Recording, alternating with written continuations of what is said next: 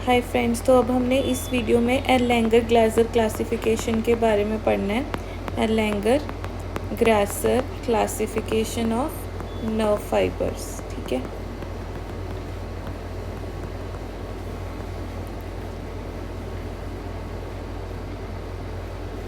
है, तो सबसे पहले इसमें हमने क्या देखना है कि फ़ाइबर के टाइप्स कौन से होते हैं। ठीक है, फाइबर टाइप्स मेनली तो 3 ही होते हैं, ए, बी और सी, पर ए के फर्दर टाइप्स होते हैं।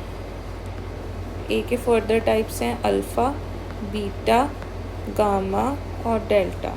ठीक है, फिर अब हम इनके फंक्शंस के बारे में पढ़ेंगे।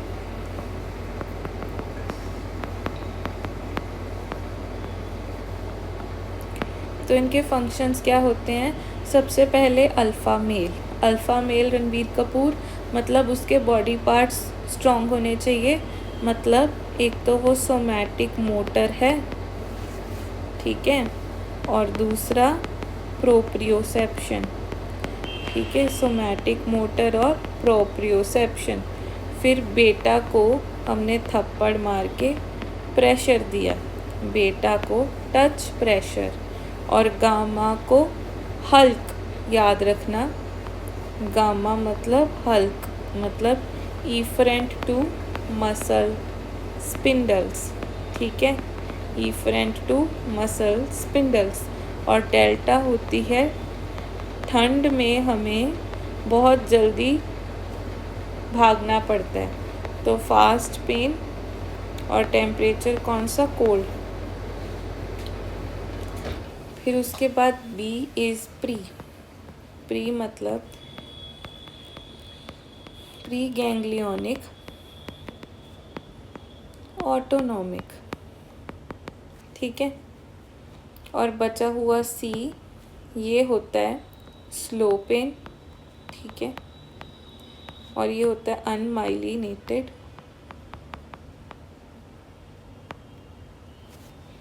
स्लो पेन वाला पार्ट था अनमाइलिनेटेड सब्सटेंस पी से। और इसके अलावा ये इचिंग भी कैरी करता है, इचिंग की सेंसेशन भी। ठीक है, और उसके अलावा, इस सब के अलावा टेम्परेचर वार्म वाला और पोस्ट गैंग्लियोनिक सिंपैथेटिक फाइबर्स। ठीक है, तो एक बार दोबारा देख लेते हैं सारा। ए का alpha, beta, gamma, delta. B का और सी,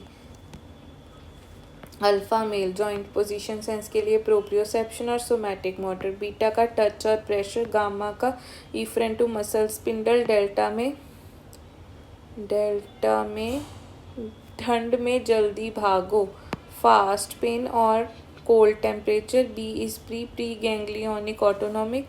फिर सी में warm temperature, post ganglionic sympathetic, slow pain unmyelinated substance P वाला, और साथ में एक और था इचिंग। ये इसके फंक्शंस।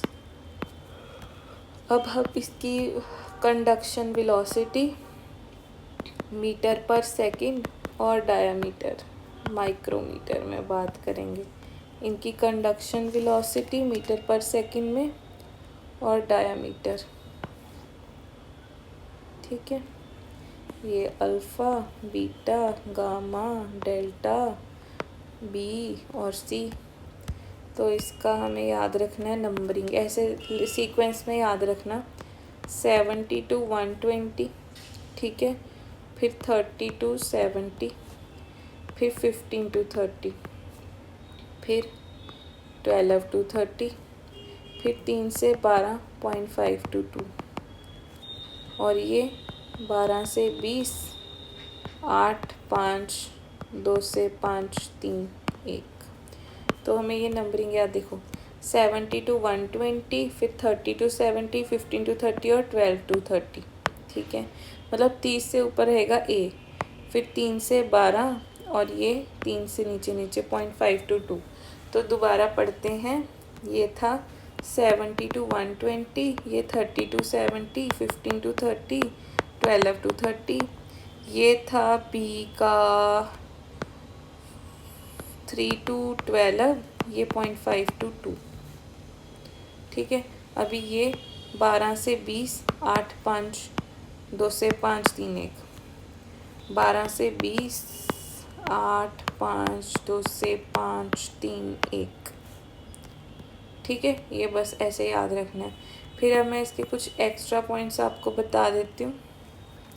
जो कोल्ड सेंसेशंस हैं, है ना, वो कौन कैरी करता है? ठंड में जल्दी कौन भागा था? डेल्टा, ए डेल्टा।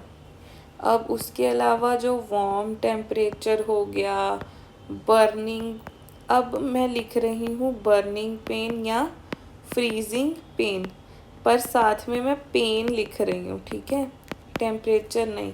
तो ये सी टाइप फाइबर्स, टेम्परेचर सिर्फ वार्म, ठीक है।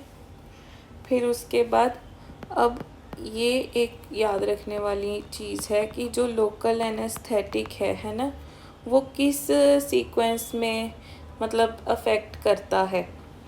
देखो ये तो श्योर है कि पहले ए है, फिर बी है, फिर सी है, इसमें कोई डाउट नहीं है। पर ए का सबसे पहले क्या है, ये आप ऐसे याद रख लो, गामा, डेल्टा, अल्फ़ा, बीटा, ठीक है। अल्फ़ा बीटा तो सीक्वेंस में ही है, सिर्फ याद रखना है गामा और ये डेल्टा, मतलब गैड, ओ गॉड, ऐसे गामा और डेल्टा, फिर अल्फ़ा बीटा, फिर बी सी तो है ही।